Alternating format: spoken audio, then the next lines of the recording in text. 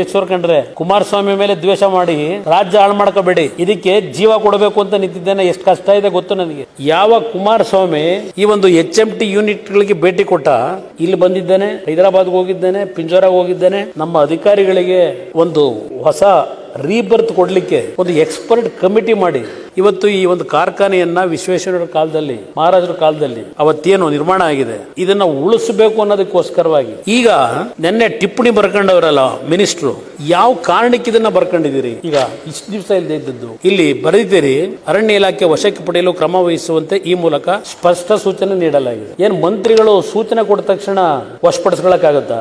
ಯಾವ ಆಧಾರದ ಮೇಲೆ ಸೂಚನೆ ಕೊಡ್ತೀರಿ ನೀವು? ವಿಷಯಗಳನ್ನೇನೋ ತಿಳ್ಕೊಂಡಿದ್ದೀರಾ?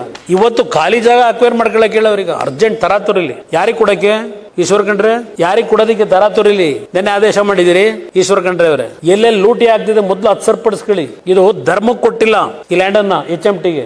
ಈಶ್ವರ್ ಖಂಡ್ರೆ ಅವರೇ, 2000 ಇಸ್ವಿಯಿಂದ 2004 ಯಾವ ಸರ್ಕಾರ ಇತ್ತು? 1999ರಿಂದ ಯಾರು UD ಮಿನಿಸ್ಟರ್ ಇದ್ರು?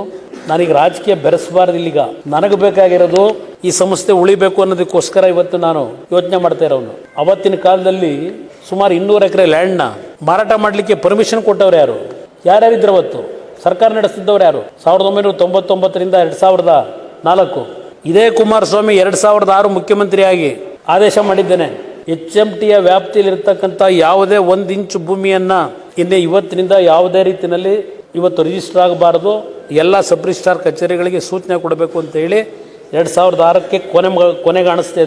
ಅದಕ್ಕಿಂತ ಮುಂಚೆ ಏನೇನಾಗಿದ್ದಾವೆ ಸ್ವಲ್ಪ ಈಶ್ವರ್ ಖಂಡ್ರೆ ಅವರು ಈಗ ಅದೇನು ಹೇಳೋರಲ್ಲ ಅನುಮಾನ, ಅದು ನೋಡ್ಕೊಳ್ಳಿ.